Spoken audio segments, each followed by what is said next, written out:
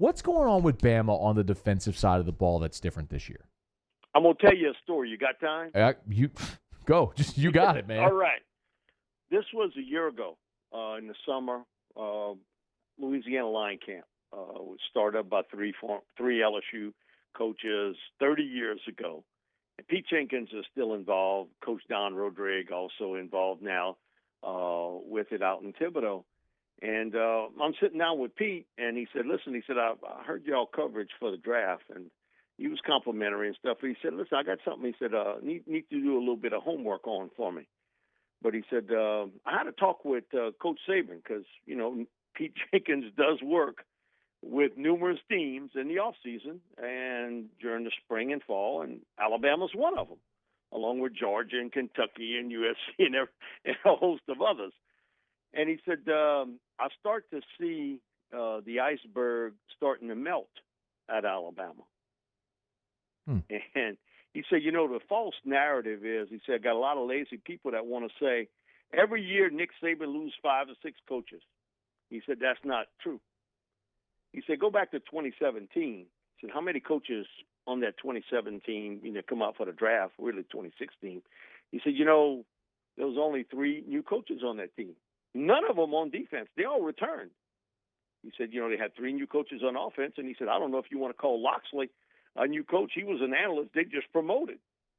So he said, you know, look what's happened there. He basically came to the same defensive staff. But he said, look how the draft worked out. They had 10 players. And he said, look them up and see how many were seniors and juniors. There were 6 seniors that got picked that year in 2017, 4 juniors. Of the top 4 picks, they had 4 first-round picks. Only 1 junior was Marlon Humphrey.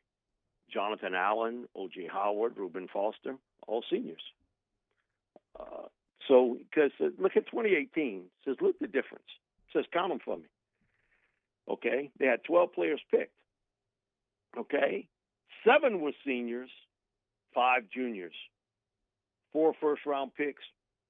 The script flipped. 3 juniors. Minka Fitzpatrick, Deron Payne, Calvin Ridley, all juniors. The only senior, Rashawn Evans.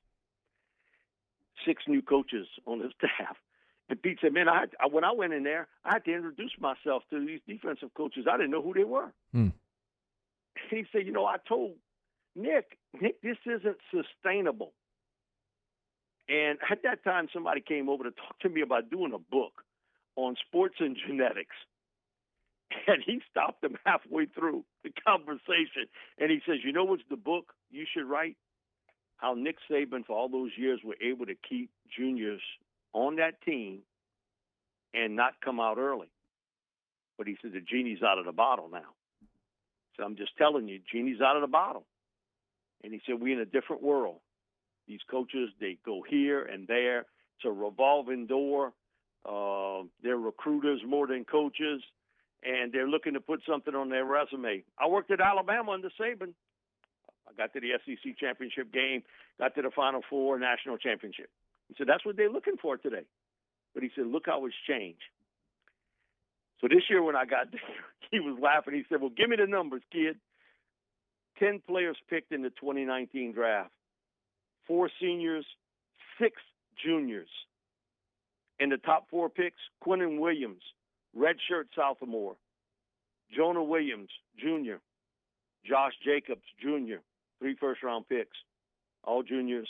The 4th pick was Irv Smith, junior, a junior.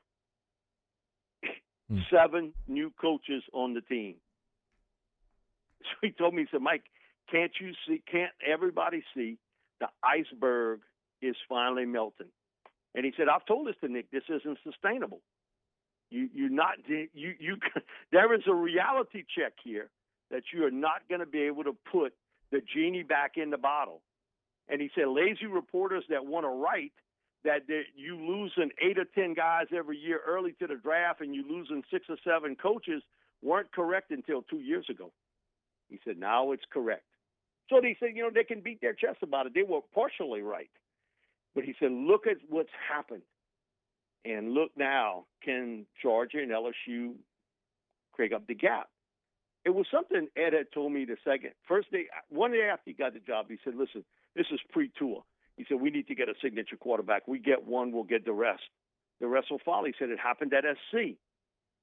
And I look back in the 7 years before Carson Palmer got picked, USC had one quarterback picked in the draft in the 7th round.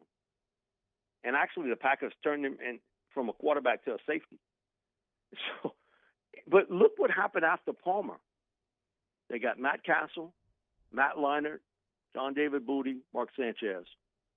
In a 7-year span, they had 5 quarterbacks. 3 of them went in round 1.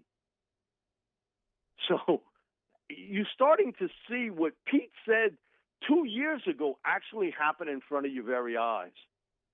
That iceberg is starting to melt. They don't have quite the talent level they once had up front. Do they have a Quinnen? I'm going to ask you, do they have a Deron Payne, Quinnen Williams, Reuben Foster, Dante Hightower, Rashawn Evans at either defensive line or linebacker? I might have said Dylan Moses, Mike. I would have too, but he ain't there. You're right, yeah. I mean, the closest thing, obviously, is Raekwon, but he ain't. He's not this year what Quinnen player. was like. Yeah, you're right. But he ain't a dominant guy. And now, what's the biggest improvement for LSU has been across the offensive line, especially at the tackle positions. This is why I think, and I'll say it because I've done it before, I think LSU wins the game.